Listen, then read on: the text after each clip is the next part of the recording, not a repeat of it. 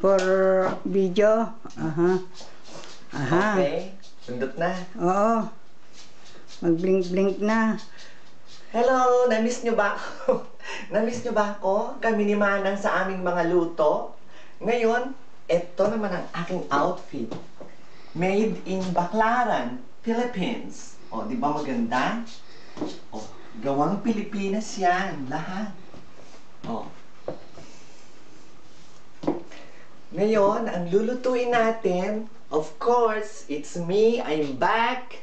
Kikay Karengkeng, ang sinigang sa gabi. Ang kailangan natin dyan,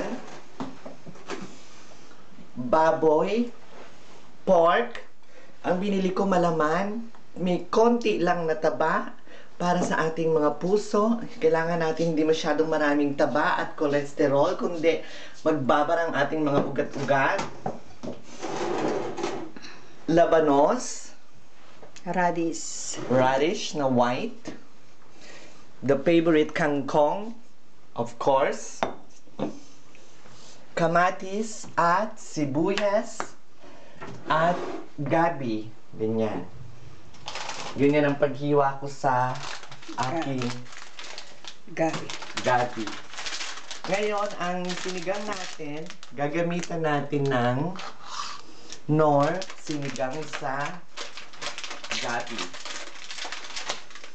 So,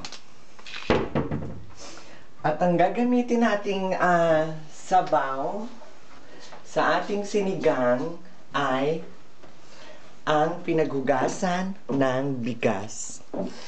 Ilalagay natin yan dyan sa ating kaldero. Ayan ang gagamitin nating sabaw ng ating sinigang para masustansya ang sinigang.